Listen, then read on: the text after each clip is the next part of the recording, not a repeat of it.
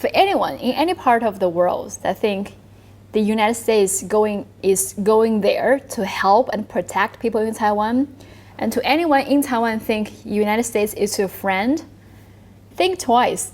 Take a look at what happened to those people who United States used to call friend, United States trying to help. And there's an article I want to share with you, and because this basically reveals the true intention. This is the article on The Hill, U.S. media, right? And this article is called "America Must Prepare for War with China Over Taiwan." They're openly calling for war. This paragraph: Taiwan is of vital geopolitical importance to the United States. And here, Taiwan is the cork in the bottle for Japan. Whoever controls Taiwan will control Japan and the Republic of Korea's shipping lifeline. Chinese control of Taiwan will give it enormous influence over both Japan and Korea, fundamentally altering the strategic calculus in East Asia. I mean, they read their intentions publicly. They are saying if China controls Taiwan, which like Taiwan is part of China in the entire time, but they're saying they worry China if have full control, have reunifications with Taiwan, China will control Japan and South Korea. That means they are trying to do this. They try to control Taiwan, so their allies, South Korea and Japan, can join the United States to contain China.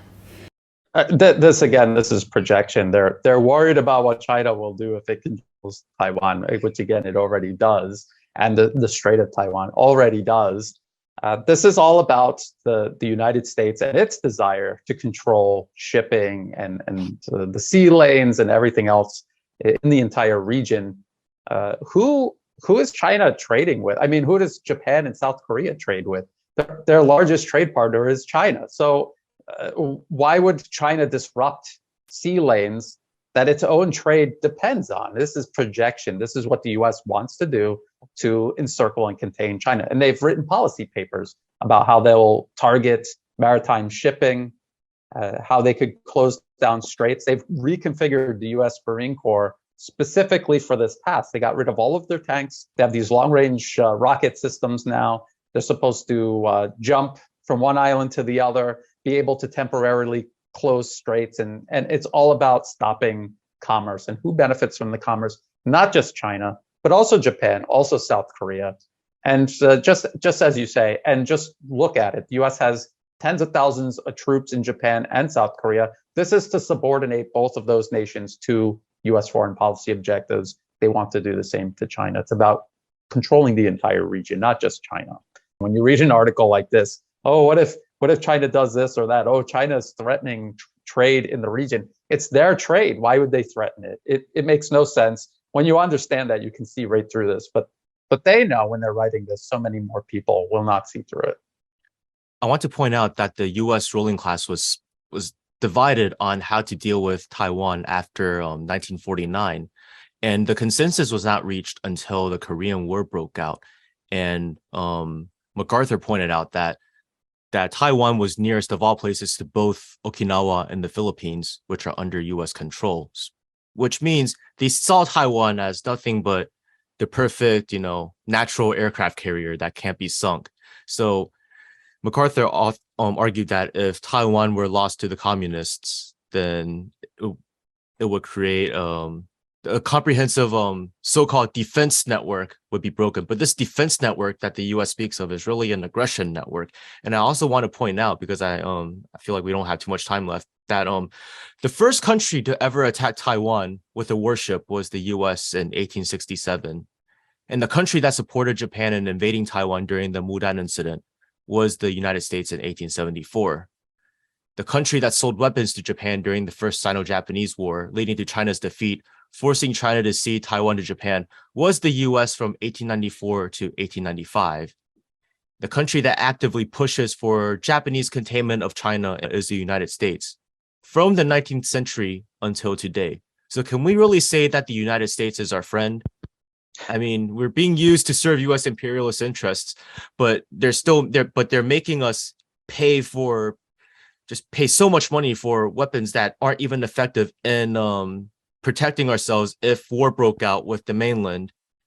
And some quote Taiwan from that interview she did, I believe, with CNN a few years back, that said, in an event of war with mainland China, Taiwan can defend itself from the first wave, after which the international community will join in. But this cannot be further from the truth, because nowhere in the Taiwan Relations Act does the U.S. state its obligation to defend Taiwan in the event of war. It simply states that efforts to determine Taiwan's status by non-peaceful means are matters of grave concern.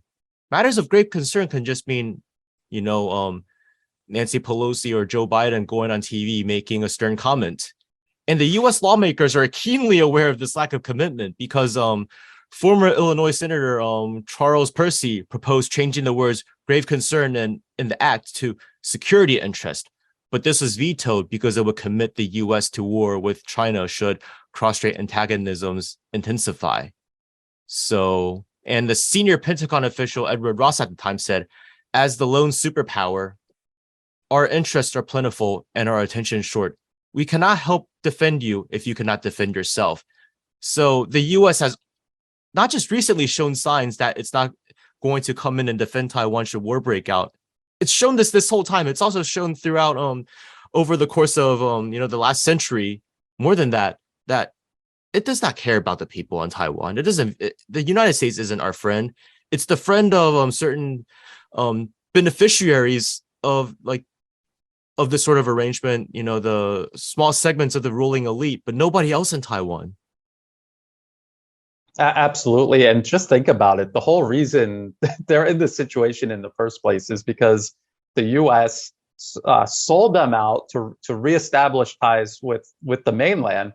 The U.S. wanted to use those new reestablished ties to reassert itself over China. When that didn't work, they went back to Taiwan as their last card in their hand, and now you see the whole process start over, and they're right back to using Taiwan as a battering ram against the mainland. It's very sad. It's sad to see, and this is why they pick young people, because older people wouldn't fall for this. This is why they pick young people here in Thailand and in neighboring countries. They're the only ones that will buy into this, when in reality, if you just take a few minutes and think, use logic and reason, you will see that it is a formula to burn your country to the ground. And at the end of the day, it will be, just like you said, it will be reunified one way or the other.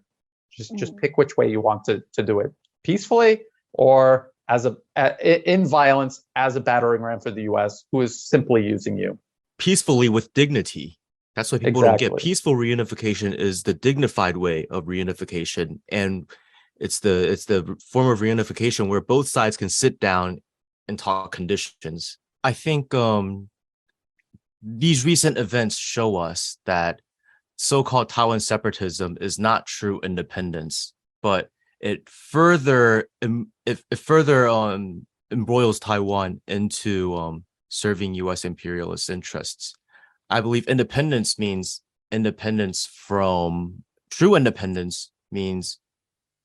from this sort of hegemonic, unequal relationship where you don't even have dignity as a human being. And I think this sort of independence can only be achieved through peaceful reunification with the rest of China, where we are equal citizens with equal rights, and we actually have our voices heard as equal citizens and not subjects of empire.